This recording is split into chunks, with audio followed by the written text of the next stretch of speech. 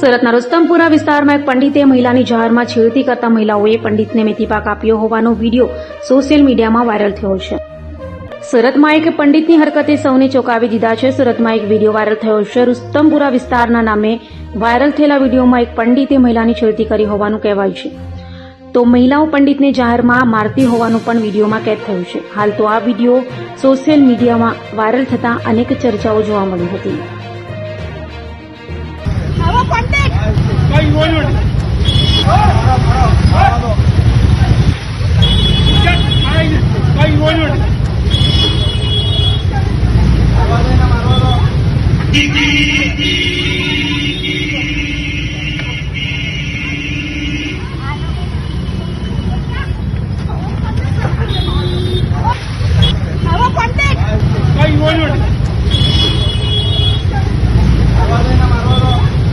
Thank you.